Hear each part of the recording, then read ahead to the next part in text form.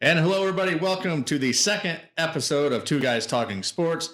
I'm Pat McDonald with Choice 102 and Radigan Media. That's Tim Birney with Valley Sports Report and Northern Tier Sports Report and all the sports reports throughout the Twin Tiers.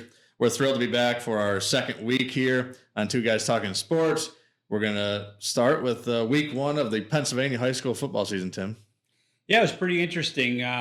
The first game I guess to talk about is Troy and Sayre. Troy was, by the end of the night, Troy was Troy.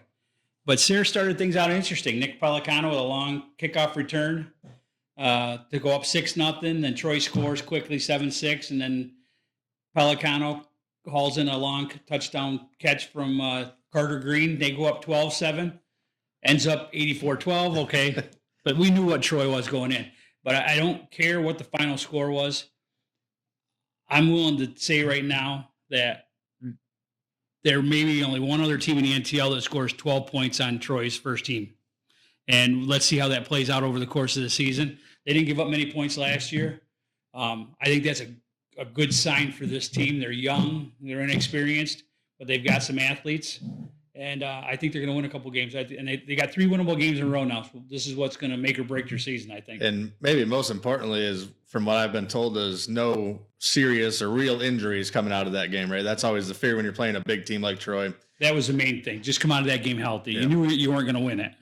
And so, Sayre they're at North Penn Mansfield this Friday night, then Montgomery at home, Kauneski Valley at home. So, like you said, 3 games in a row. And then they play Muncie and then Northwest. So, really, their next 5 games, 4 of them should be competitive and possible wins for the Coach Lindblad and the Redskins. I was down in South Williamsport where the Athens Wildcats took the returning state semifinalists. They played them tough the entire game. Really, the one play that changed ended up 26-13 South, but it was 14-13 South going into halftime. Athens had a chance to take the lead. They were down to the goal line, got touchdown called back, and then a play called back down at the 2, brought them back. They tried a field goal. They got blocked. The Athens players and the South player picked up the ball, and Athens players might have thought it was like an extra point where you can't return it, and all of a sudden the South player decided to run, and he went 70 yards to the house to make it 20-13 at half. Yeah. And that kind of changed the entire momentum of the game. I didn't think the Athens kids knew where the ball was. Yeah. When I was watching, I didn't think they knew where the ball was. But you know what? Coach Bradley beat himself up pretty good about that call. And the only thing I'll say is they'd already blocked an extra point, so a 40-yard field goal might not have been the best call. But if I'm in his shoes, I don't know if I don't go for it too. You had a chance to take the lead. It's hindsight's 20/20, or even better. I get it. The criticisms, I get it, but I'm not saying I wouldn't make the same call. That's 100-1 shot that they're going to return that for a touchdown. Correct. Too, right? Well, so if you block it, fine. But then it landed right in the hands of not only a player, but their quarterback, Tad Lusk, who's really quick. And he looked around and saw nobody was going to tackle him, and he went to the house, and it kind of changed. But Athens still had a chance. They got the ball back to start the second half down by 7, and they put some good drives on and just couldn't. Penalties killed them. And yep, same thing as last year. Penalties hurt them. Key ones. They didn't have as many this time, but they had some big ones. But I'll tell you what, it was 14-13, and South scored the first 2 times they touched the ball. And Athens could have just folded, and they didn't. They came back and scored both. They came back and scored. They answered. Actually, the first time South scored, Athens went 3 and out, and then they had a pick. Yep. To set them up for their first touchdown. They punched it in after this, so that's a good sign too. Taking advantage of those turnovers. I think Athens is going to be fine this year. I really do. I think their line got wore down by a big South offensive line by the end of it. But they played really well for 90% of it for most of the game. But I think they're playing both sides of the ball, and that kind of hurt them late. And Ham, for the big running back for South, was able to wear him down late. But yeah, before that, Connor Davidson, he's what we thought he was. And Chapman looked really good. Connor Davidson, I was calling the game with Cody White on the radio, and the one play where it was a bad snap, and he ran around about, Cody White said 68 yards all around the field, 21, and I'm yelling to throw the ball away about 5 times. It's over the coaches next to us in the press box, and he scampers for 30 yards or something. He's the real deal. And Eli Chapman, first time I've seen him play, I think, really in a key role. And for being 136 pounds, man, he was going through that line, and he ended up with a decent game. Yardage-wise, really an impressive game for them. And I think, like you said, they got some winnable games coming up, and they're not going to be the underdog in a lot of these. Other than obviously Troy is the real deal. Yeah, There, other than that Troy game, Tawanda is going to be an even matchup. I think, but I think they can play. I said it, last week. I think they can play with Tawanda. I think they could win. Here's the deal: they got 8 winnable games if you count Tawanda as a winnable game. I'd be hard pressed to say they're going to go 8-2 because they still make some mistakes that they shouldn't, whether it's turnovers or penalties. So I'll give them the benefit of the doubt and say they can win 6 of those 8. If they win more than that, it won't shock me, but it'll be a pleasant surprise. So they're going to be hosting Northwest this Friday night. We'll have it on Choice 102 in the My Hometown Today app. Then they go to Canton, always a tough one. Canton's, everybody keeps promising their demise, and they haven't shown it yet. A win this past week. Canton opened up with a win over Northwest, right? Yep. 42-6. So yeah, Canton. We'll see how they're gonna Northwest. It's tough to tell how good Canton is off of that. We'll see this week. They get South. They get South on Thursday night. So and we're going to talk to Canton head coach Tyler Seacrest in our next episode. So you'll hear that from Coach Seacrest. They're looking around Lake Tawanda without Riley Vanderpool, who's missing the first couple games from a suspension from last year's playoff game, I believe. Yeah, that's a nice win for them. 24-6 with a freshman quarterback. That's a nice win. Reese Slater comes in, the freshman, 10-14 through the air, 75 yards, a touchdown, and an interception there. So, and what's nice is it was 7-6 at half. So they got their legs underneath them with a young quarterback, and in the second half they dominated. And then the other games throughout the area, like I said, Canton 42-6, Warrior Run 28-21 over Muncie. Wellsboro took a tough one as Montoursville beat them 47-7. And so a good start to Wyalusing, a big win, 37-12 over North Penn Mansfield. So a good win for the Rams to start the year. And it's going to be exciting. I think NTL season, Troy is going to be favored by a ton over every team, but after that, it's going to be up for grabs, I think. I think any game is, if Troy's not involved, anybody can win any other game. So now, as we head into our interview for today's show, we're going to switch gears and go to the other football, soccer, as we're going to have Athens boys soccer head coach Jake Lezak heading into his 21st and final season as the Wildcats head coach. So you can sit back and relax and enjoy our interview with Jake Lezak. And joining us now is Athens boys soccer coach Jake Lezak. How are we doing tonight, Coach? Oh, great. Just got off the field. Feel good. It's nice and warm out there. So what year are you getting ready for here as the head coach of Athens soccer? Officially my 20th, but it's the 21st with the program. Okay. Yep. So you've been around a while. Tell me, in your 2 decades of coaching, how has the game at the high school level you're involved with changed, and how have you as a coach evolved and changed? Oh, man. Well, we'll start with the game itself. I mean, it's gone from, here in the U.S., it used to be just a lot of grit. The team that was more physical and got out and dominated the physical part of the game, so much more was let go, in my earlier years as compared to now. And that it's more of, I don't want to say of a finesse game, but it's transitioned a lot more to that. And where you technically have to be more dominant and tactically aware, where physically, if you were a superior team, you could at least run with another team, where now, you might be able to get away with it in some games, but not so much. And, for me as a coach, I feel that good coaches should constantly be evolving all the time. Your philosophies and kind of that base can stay the same to some degree, but the players aren't the same every year. And that's one of the things I love about the coaching in high school is, we get a new group of players in, the players grow, they change, they get better as they go through. And so our system of play, what I do, how we work with them, where players are at on the field, all of that needs to change so that we're putting the guys in the best positions to be successful. Now, technology have changed over the years, too. Do you use a lot of the iPads, like, watching game film, and you can send kids the film to watch and explain more stuff that way? Yeah, we've used that. We had that in the past. And it's a great tool. It's a fantastic tool, but it gets costly for the club. So, one of the things that we had to back off of because we couldn't use it and the camera technology wasn't there for us to get a better shot of our field. And a lot of the fields that we go to, some of them were set up great. And then others, ours press box is so far away for the iPad to record the game. I could use it to analyze because I could see everything that was out there, but you had no idea who the players were. They were little specks running around on the field. So, but now they have the telescoping systems that go right next to the field, and it's awesome. We're looking at getting that for this year, for the season. Prices are a lot more reasonable now. It's become a competitive market. So, hopefully we'll be up and running with that. That's your official last season, so that's going to be your parting gift to the program, getting that technology for them. Yeah, sure, no problem. So talk about that decision process to announce kind of that this is going to be your final season as the boys soccer coach at Athens. I mean, it's something we've talked about, my wife and I, for a number of years. Dedicated a lot of time. It's a lot of time away from them, from the family. And, you put a lot into, it's, you're not a 3-month season coach. It's all year, whether or not I'm actively coaching them in a different part of the off season. I'm always like to be part of the players' development and have been that way for a long time.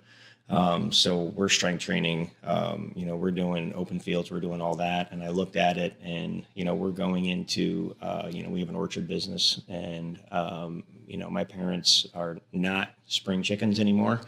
And, so a lot of that should be falling on me. And I look at, it's very difficult in the fall.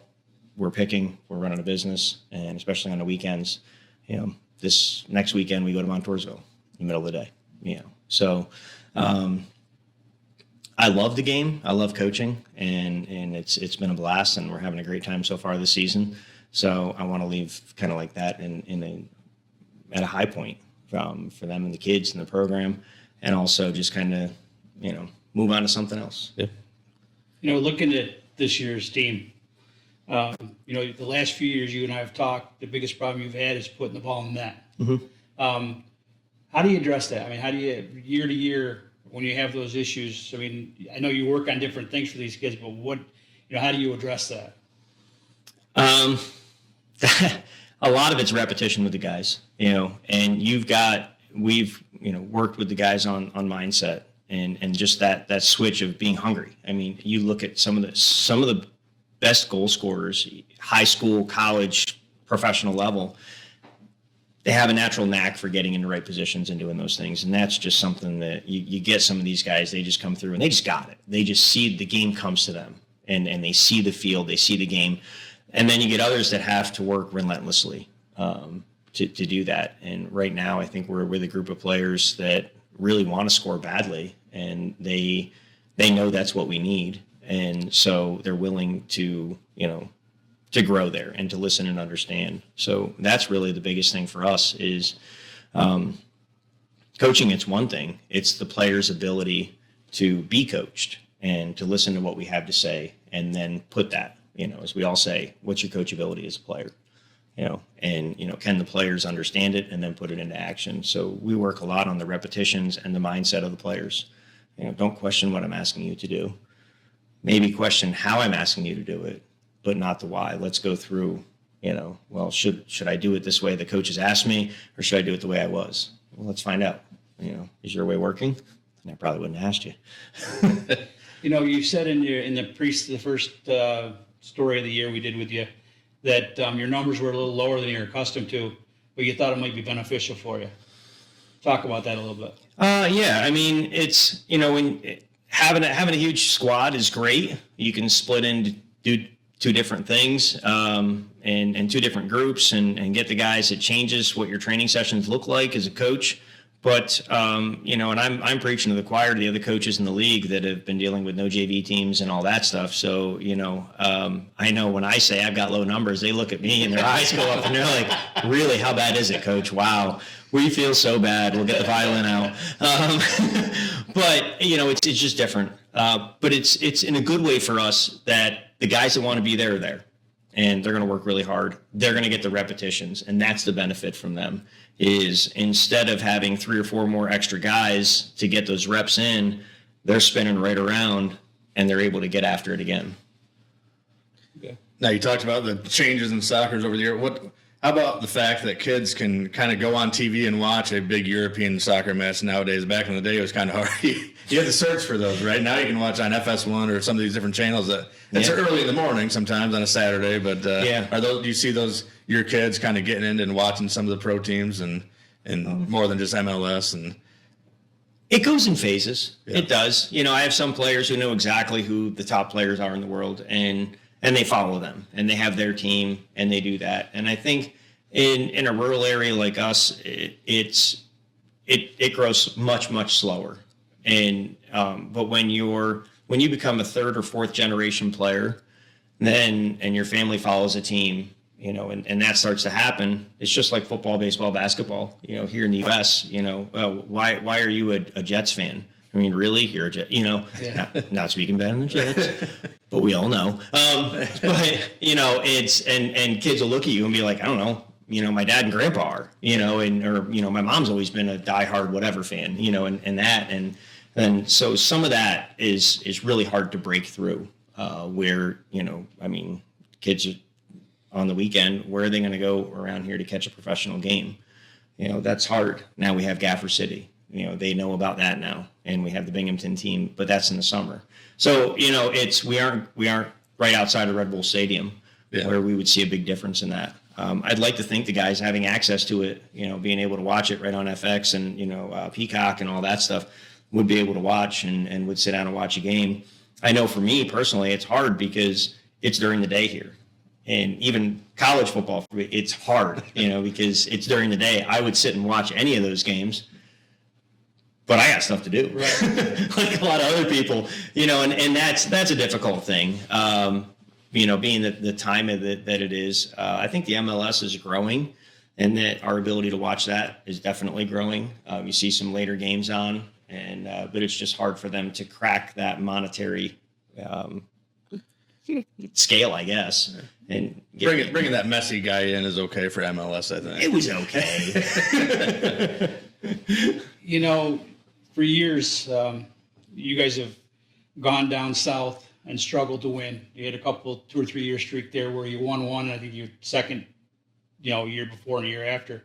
A lot of those kids down there, even just 2 hours south, play a lot of year-round soccer. I know you had a stretch there. You had a lot of kids playing year-round. Is that? I know you have the Athens Soccer Academy, mm-hmm. But is that still the case for you? Are you getting more and more kids playing year-round, or? We do. The academy is growing very well, and that's something that we need to continue to support and grow locally, because that's the kids growing and playing together is going to be very important. As I have a lot of former teammates, best friends and stuff that I played with in college, and they're down outside of the cities, all the way down in outside of Orlando. One of my best friends is an elementary PE teacher, but he coaches. They had 86 kids show up for 20-ish spots on a junior high soccer team, one school district. And they're not massive, a school district. They're an average size for that area. That's where it's gone. He said it's the most he's ever had. And, so those areas in the southern part of the district and down, they're now getting, when I talked about that 3rd, 4th generation, they're getting coaches that come back into these clubs and these high school systems that have played at that next level, that have a lot of experience where, it's not one guy now in those areas. It's a club of coaches that are doing that, and they're achieving much higher levels of play much quicker, and it's growing quickly. I mean, a lot of professional European clubs are coming over and developing academies here in the U.S. because the player pool in those areas is super rich. Not that the players individually are wealthy, but there's so many players. Well, just think about that. What you're saying is that, when you played, Athens was the only school in Bradford County with a team, right? Didn't you? You were going south for most of your games, right? Yeah. So we had, for a couple of years, we played Troy and Towanda But early on, no. Yeah, we didn't have. I can't remember if I actually played against Sayre. I don't think I did. Yeah. As a player, that would be a tough one. And Northeast, I'm not sure. You know, but yeah, I mean, I know. I think for 2 years we played Troy, and I'm pretty sure we played Tawanda. I think they both came in at the same time. But I know Athens was the only school here for a while. Yeah. In the whole county. We made a lot of trips to Potter County, to Tioga County. Yeah. Speaking of Sayre, what's it been like for you? The co-op seems to it's worked well over the last few years with Sayre and Athens. You've brought in some good players from Sayre that helped you win a lot of games, and I've talked to them. The Huey kid, I talked to him a bunch, and he said, I mean, they become best friends, right? The Athens and Sayre kids, and it seemed like it worked out really well. Yeah, and it's been great. I mean, it's not without its battles.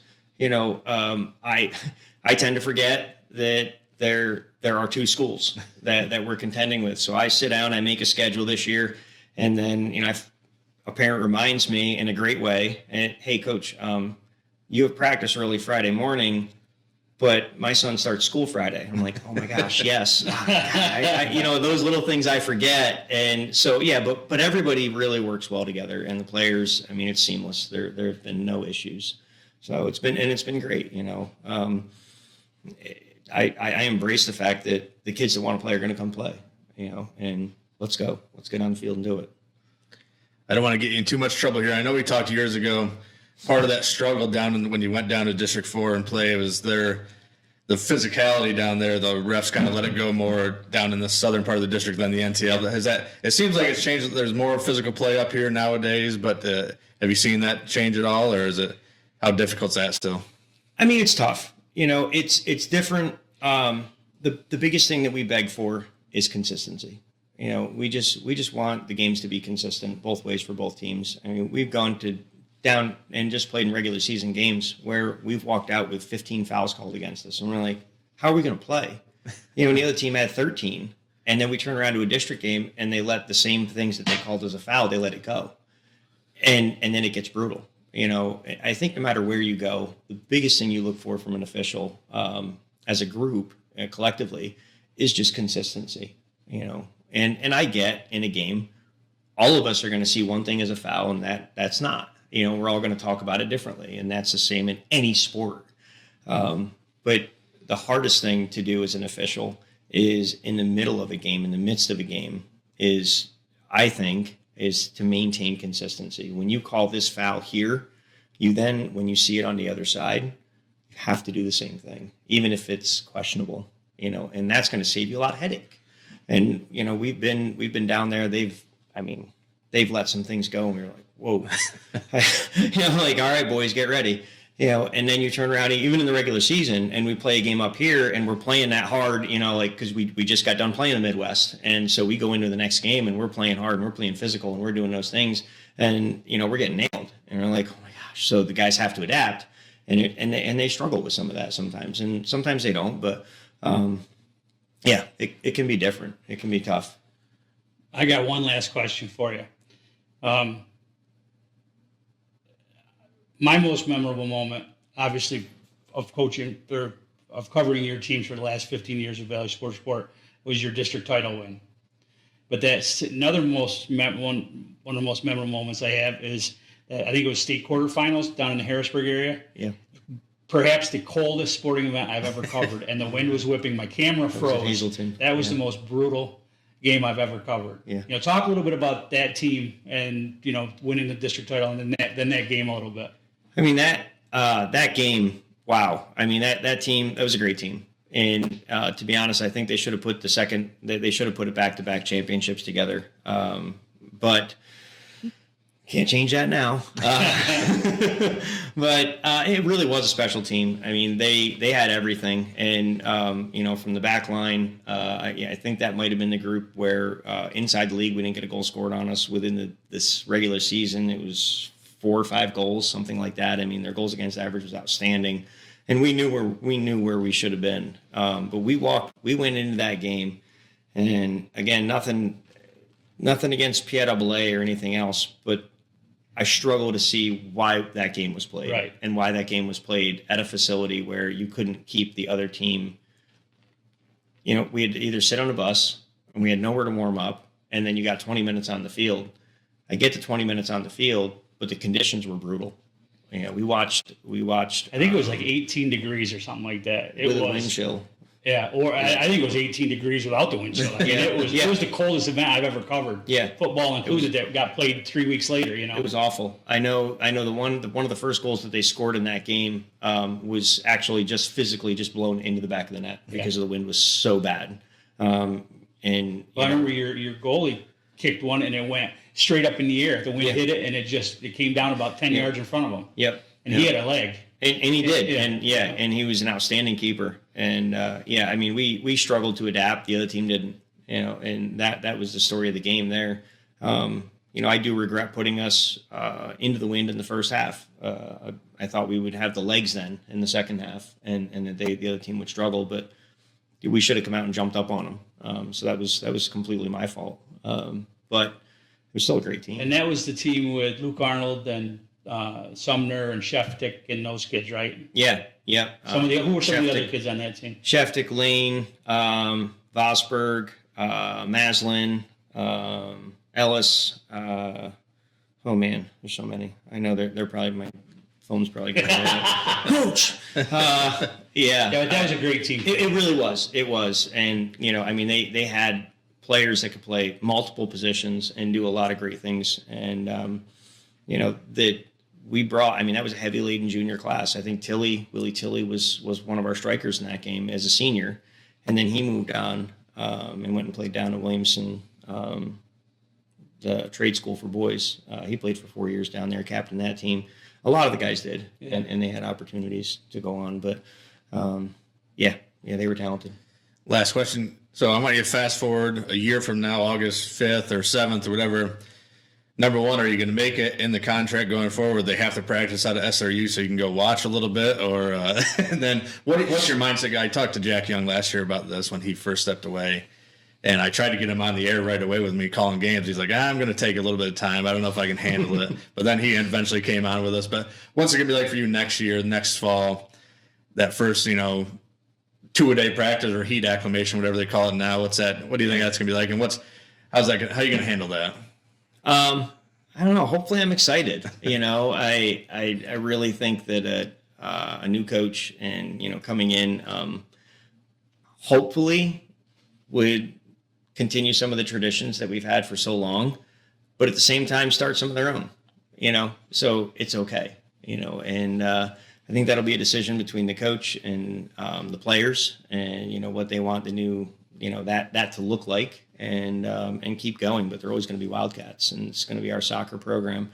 It's going to be tough for me. I definitely I'm at a point, though, where I've looked at it and talked to a lot of coaching friends of mine and told them, I said, I don't think I'll ever completely step away from the sport. And I would hope that the next coach would, I would love to coach maybe their goalkeepers after school, work with the kids when I have time and do some of those things, even if it might not be during the picking season in the fall, and just continue to work with kids at, some level. Goalkeeping is the position I played. It's, what I love in the sport. And, that was one of the things that I was kind of hoping, but at the same time, if they don't need me, I'll just, catch some games and wish them the best. So you pick some apples. Yep. Pick lots of apples. Give your place a plug there. Yeah, huh? Give your apple orchard a plug. Yeah, there you go. Yeah, Small Dog Orchard, right? You can find it on Facebook. Yep, definitely. I've had it. It's good stuff there, so you gotta check it out. Yep. Yeah, we do. Yeah, we got to. Yeah, it opens up this weekend, so we go full tilt right through October, the end of October. It's going to be great. Well, that's Athens boys soccer coach Jake Lezak. Jake, thanks for joining us here on Two Guys Talking Sports. Yeah, thanks, guys. Appreciate it. Thank you, Coach. We want to thank Athens boys soccer coach Jake Lezak for stopping by the Choice 102 studios here and joining Two Guys Talking Sports. Tim, let's talk some boys soccer in the NTL. What are we looking at? Obviously, Athens is always a team to watch in NTL boys soccer. Yeah, I think they finished fourth last year in the league. Wellsboro's been kind of the top dog the last several years, probably right in that mix again this year. Williamson's pretty good. North Penn, Liberty, another team pretty good. So, you've got those three teams, and Athens sits there. Northeast Bradford's got almost everybody back. Tawanda's been better, or is better, I think, this year than they have been. So it should be an interesting season. I think Athens is they lost their leading scorer. Marco Quiros is going to concentrate on track after going to states last year in 2 events. So that hurts because he was their leading returning scorer. So they'll have to find a couple guys to put the ball in the net. So it's going to be an interesting season there. Wellsboro, I think, probably still the team to beat. We're up there with Williamson. Yeah, and I would trust Coach Lezak. He always, kind of like we talked about Canton football, everybody talking about their demise. Athens, even when they lose a lot, Coach Lezak usually seems to find a way to put the pieces together. And even though they had a down year for them last year, I think his last year, the kids are going to be motivated to send him out a winner, I think. And I think so. It should be a great year. In NTL boys soccer, let's go to the north side of the border, the New York State boys soccer. And what are we looking at when we talk about Waverly? Well, Waverly lost quite a bit to graduation. They lost their coach, so they brought in a new coach, Johnny Polo Rankin, Tyler grad, who's been assistant coach the last couple of years. He's going to have a real young squad, and that's in the stack. That's not necessarily a good thing either. I mean, they had a very veteran team there last year and did not have a very good season. I think they won 1 game.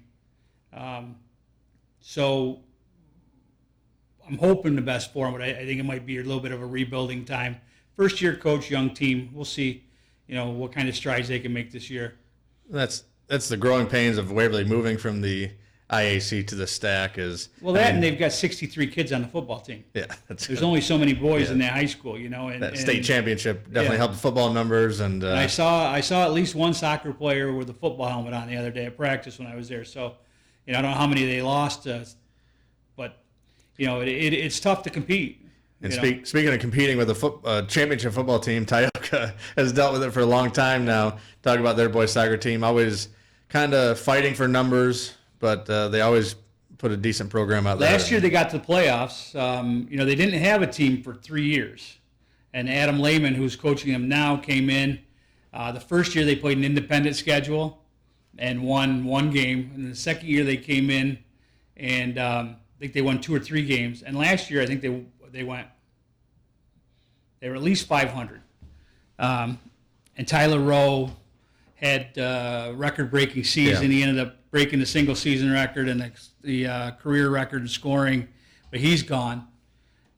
They graduated a couple other seniors. I've heard through the grapevine that numbers could be a problem for them this year. They might be sitting at 12 or 13. But that's kind of a scenario that both Tioga boys and girls both have been dealing with, and they're kind of used to having to play with, Tioga girls for a different reason because they have field hockey, volleyball, and cross country to go along with soccer.